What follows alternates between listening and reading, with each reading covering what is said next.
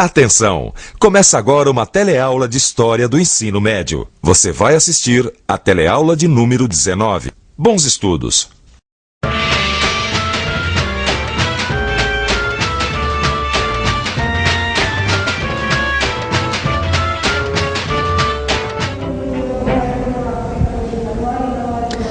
Como você sabe hoje, o catolicismo não é a única religião existente, mas nem sempre foi assim.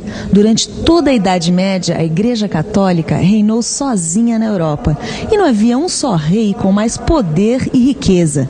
Mas aí surgiu um movimento que foi chamado da Reforma Religiosa. E a partir daí, a Igreja Católica deixou de ser a única religião existente. Como será que isso aconteceu? Como foi possível enfrentar a supremacia da Igreja Católica? Tudo isso e mais um pouco é que nós vamos ver nesta teleaula, cujo tema será a Reforma Religiosa. Você vai ficar sabendo por que a Igreja Católica começou a ser criticada, como Martinho Lutero liderou um movimento de oposição à Igreja e, por fim, vai ver como a Igreja reagiu e se reorganizou com a Contra-Reforma.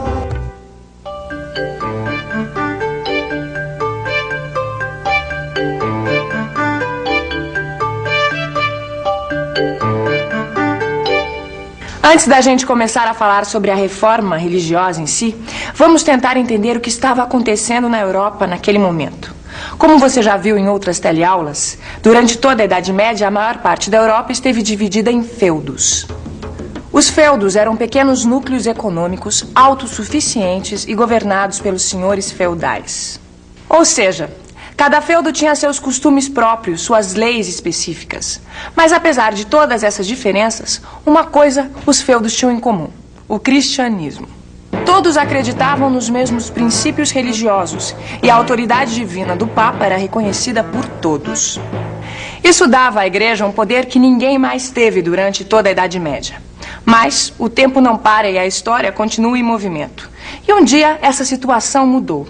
Os feudos deram lugar a cidades. Surgiram novas ideias sobre o mundo e as coisas. E a Igreja Católica começou a ser questionada e criticada.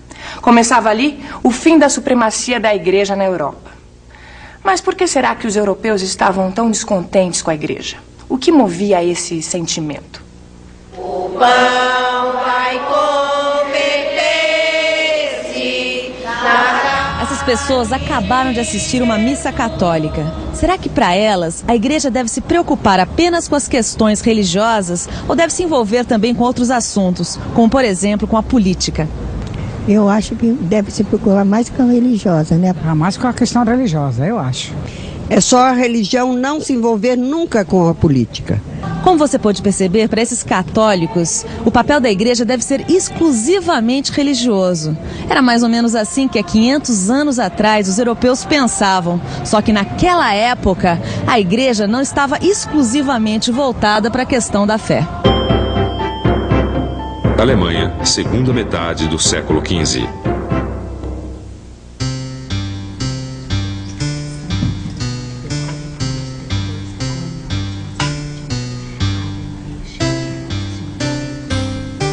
Mas o que tanto reza, mulher?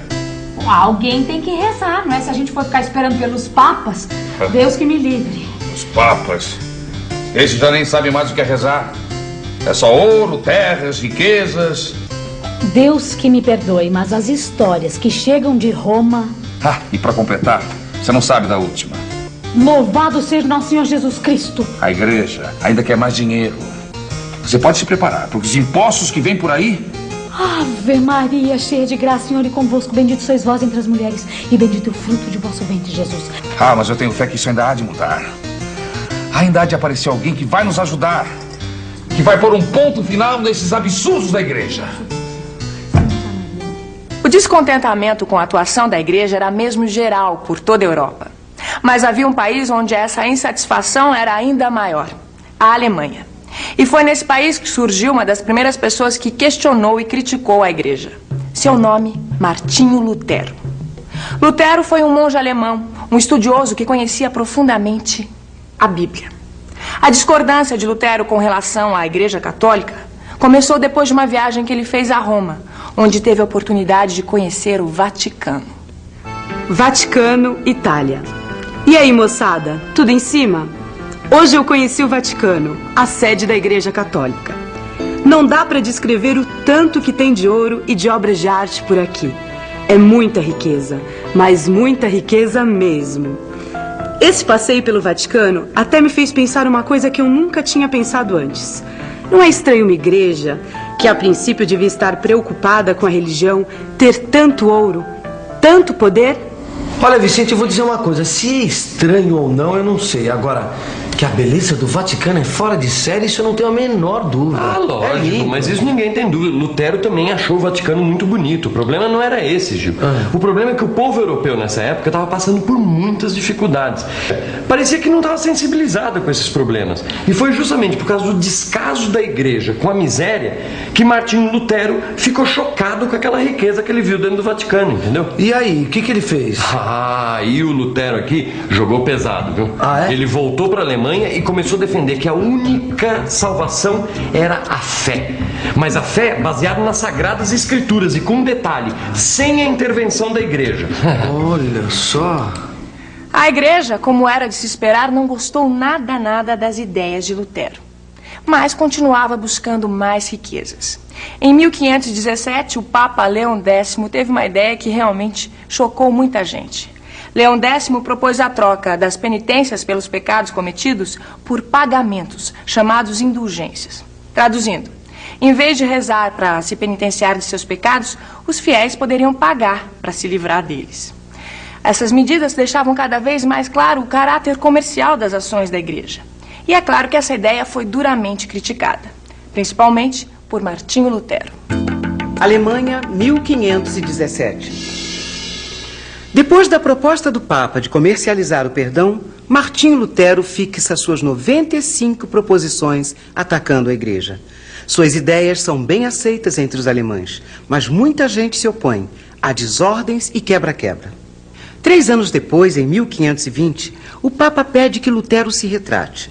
Lutero queima o comunicado do Papa em praça pública, proclama que a única autoridade são as Sagradas Escrituras e se separa de vez da igreja.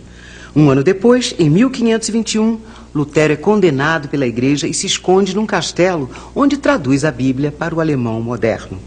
É isso mesmo, esta aqui é uma igreja luterana que nasceu da rebeldia de Martinho Lutero. Vamos entrar e ver o que ela tem de diferente.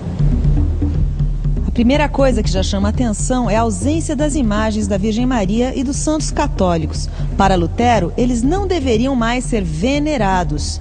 Em vez dos santos, Lutero propôs a meditação e a leitura das Sagradas Escrituras da Bíblia, que podiam ser interpretadas livremente. E por causa dessa ideia de Lutero, de que a Bíblia podia ser interpretada livremente, é que se tornou possível o surgimento de novas religiões cristãs.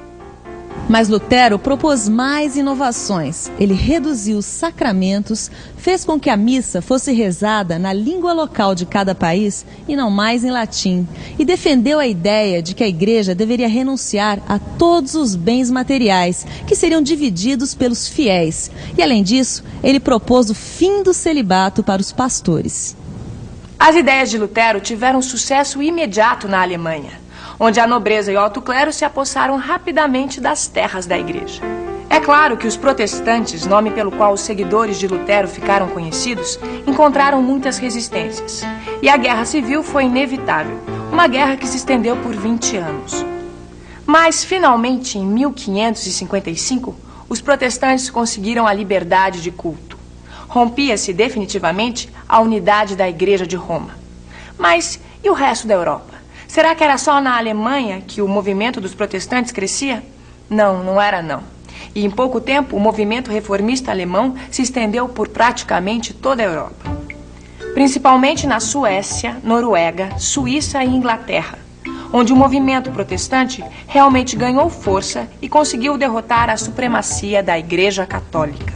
E por falar em derrotar a supremacia da Igreja Católica, a essa altura do campeonato você deve estar se perguntando: mas e a igreja? Não fez nada? Ficou simplesmente assistindo ao avanço dos protestantes? 1545. A rebeldia protestante já é um fato consumado. A igreja resolve se posicionar. É preciso fazer alguma coisa para barrar a crescente onda protestante. O Papa Paulo III convoca o Concílio de Trento. Começa aí a Contra-Reforma. A Contra-Reforma, como o próprio nome já diz, é uma série de medidas da Igreja que vão contra a reforma protestante iniciada por Martinho Lutero. Muitos livros são proibidos, a organização interna da Igreja é modificada e é criado o Tribunal do Santo Ofício, que deveria velar pela pureza da fé e perseguir os não católicos. E vem cá, como é que era esse Tribunal do Santo Ofício, a Inquisição, como é que é? Geralmente, a pessoa era denunciada por alguém por agir de uma maneira contra aquilo que a igreja queria. Certo. Dificilmente alguém se livrava de um julgamento como esse. Olha lá. E não pense que a reação da igreja ao crescimento dos protestantes ficou só nisso, não. Mas não ficou mesmo. Além da Inquisição, a Contra-Reforma possibilitou o surgimento de novas ordens religiosas. Entre elas, uma se destacou. Foi a Companhia de Jesus, que inclusive marcou profundamente a história do Brasil. Tá vendo esse prédio aqui? Ele é conhecido como Pátio do Colégio e nós estamos bem no centro da cidade de São Paulo. Ele foi construído pelos jesuítas, ou seja, por membros da Companhia de Jesus. E aqui é o marco zero da cidade de São Paulo, ou seja, onde a cidade nasceu, graças aos jesuítas. Adotando a hierarquia militar, os jesuítas eram considerados soldados do catolicismo. Para divulgar a fé católica, a Companhia de Jesus dirigia missões, fundava colégios e paróquias. Além de terem colonizado grande parte das colônias da América, os jesuítas foram responsáveis pela catequese de milhares de índios. Apesar de todos esses esforços empreendidos pela Igreja com a Contra-Reforma, o movimento protestante não conseguiu ser barrado. É claro que os conflitos existiram e, em nome da religião, a Europa passou mais de um século de guerras sangrentas. Mas mesmo assim, as ideias de Lutero frutificaram e possibilitaram o surgimento de várias religiões. E atenção, se liga aí que é hora da revisão. Na teleaula de hoje, você viu por que a Igreja Católica começou a ser criticada com o fim da Idade Média. Você viu também quem foi Martinho Lutero, o religioso que iniciou a reforma religiosa. E por fim, viu como a Igreja reagiu e se reorganizou com a Contra-Reforma. Agora é bom você dar uma bela olhada no seu livro de estudos e fazer os exercícios. E até a próxima teleaula.